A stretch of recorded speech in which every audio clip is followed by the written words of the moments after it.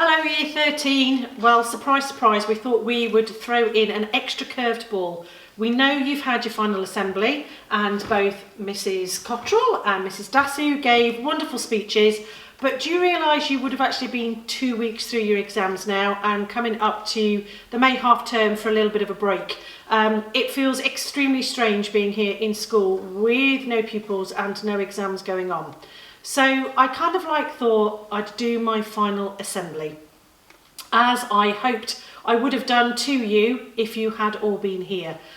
Some of you may want to hit the pause button now and not watch the rest of it, whilst others of you may sit and humour me and go through the rest of the presentation. Anyway, it's been lovely to have had you here in school. Mrs Cottrell would just like to let you know about something she found though.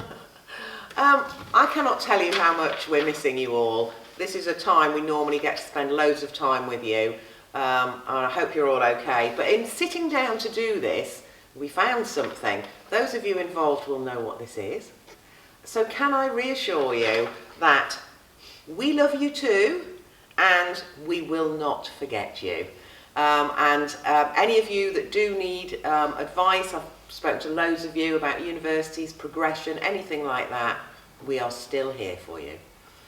So, if you're sitting comfortably, probably more comfortably than you would be if you were sitting in the main hall, sit back, have a cup of tea, you can't have anything stronger, and hold on for a wonderful masterpiece from Miss Darby. Take care, see you all soon. Take care, bye. Take care, bye.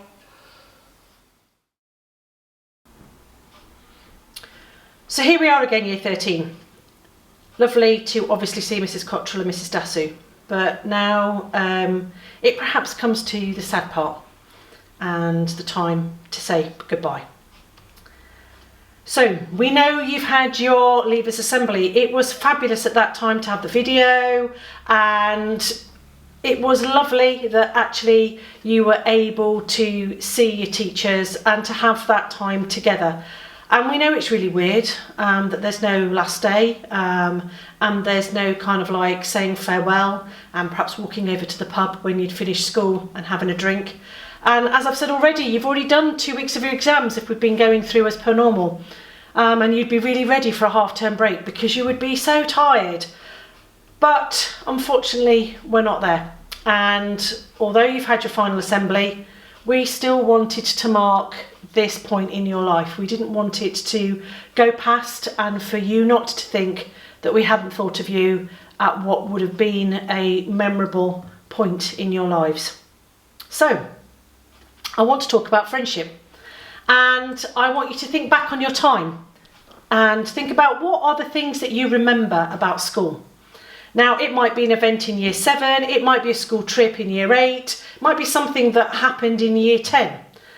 But I hope that whenever you look back in school and you think back on your time here, what you're probably going to remember are the big events and probably people.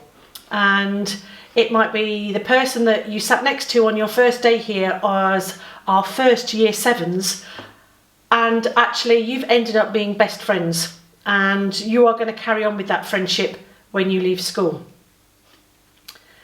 Because actually some of you will have friendships that you've made that will stay with you for the rest of your life.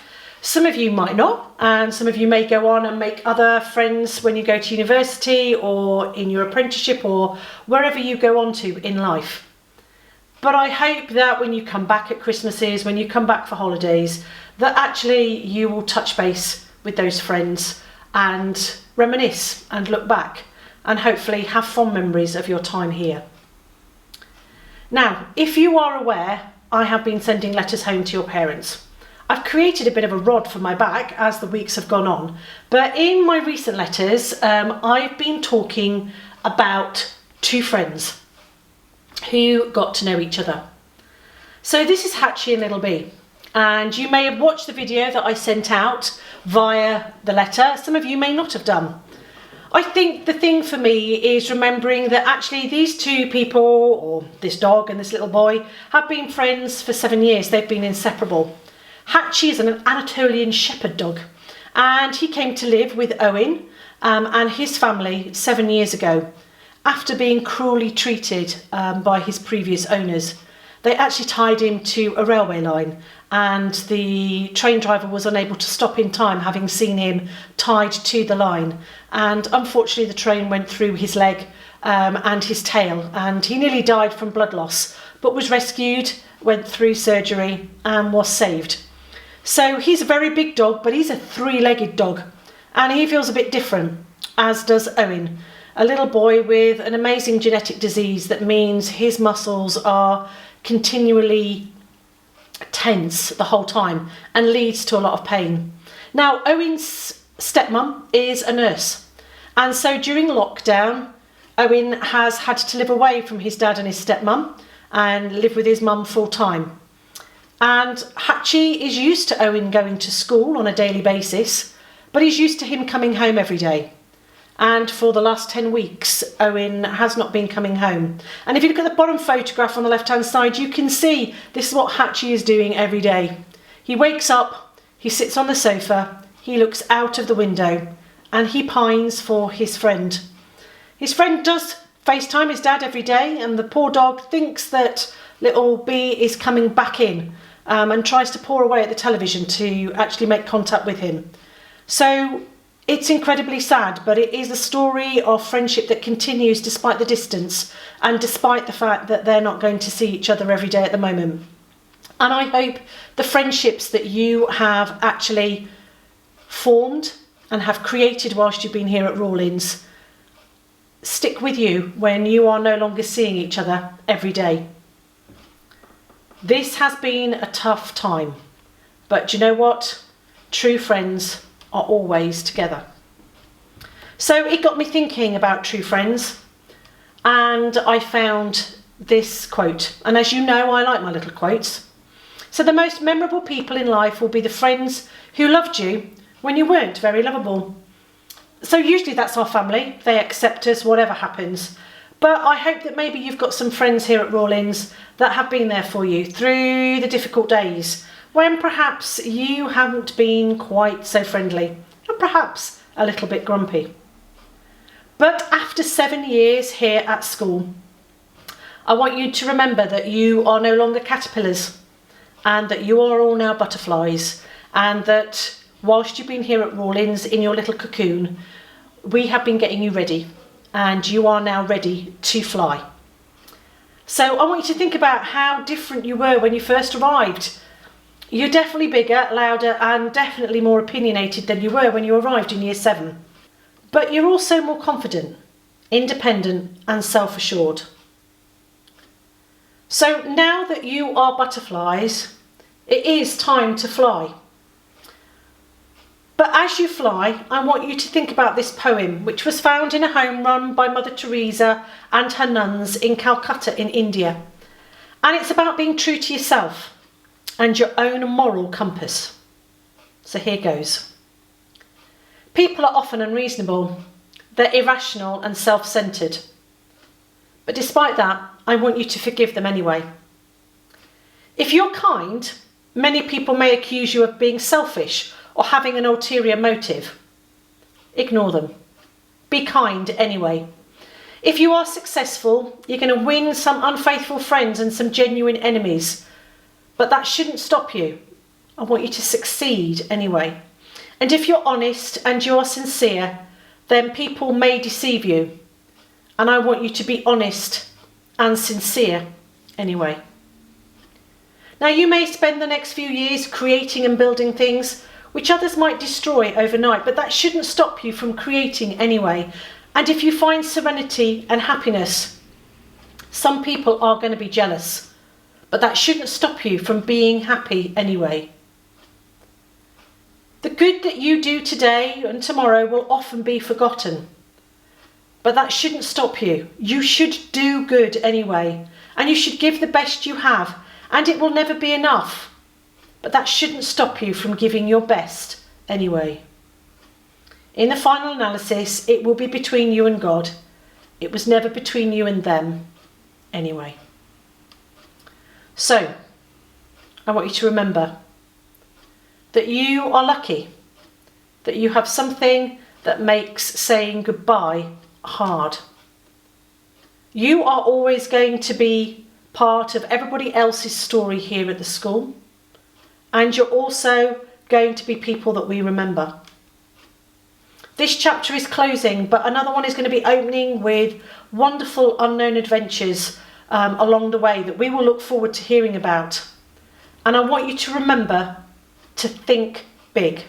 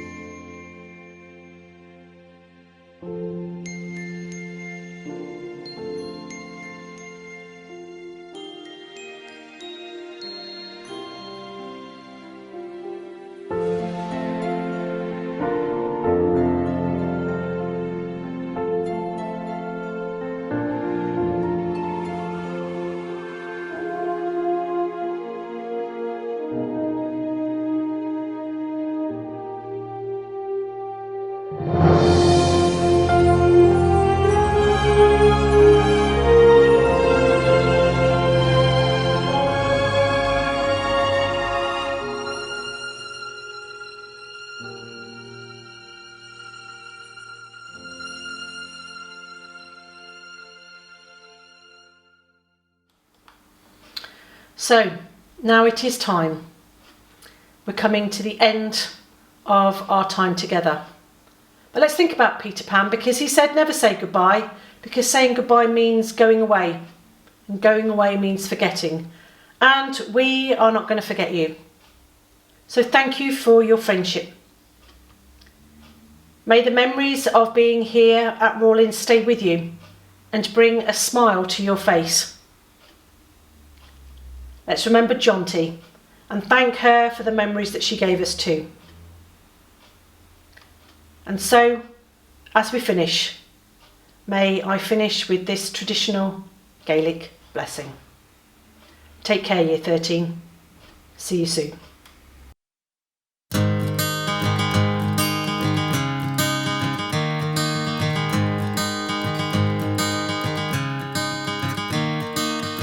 Another turning point, a fork stuck in the road.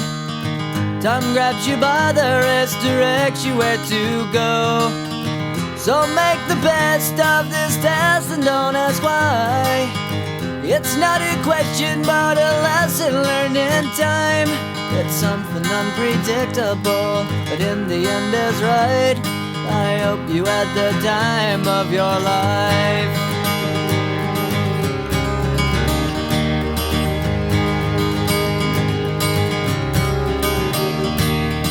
So take the photographs and still frames in your mind, hanging on a shelf in good health and good time.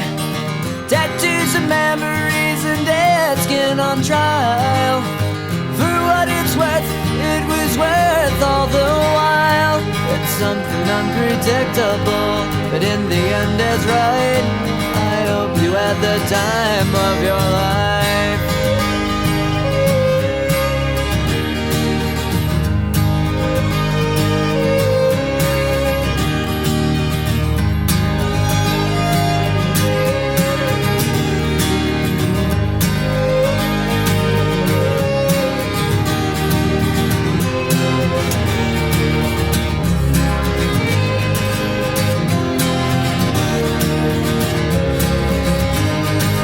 Something unpredictable, but in the end it's right. I hope you had the time of your life.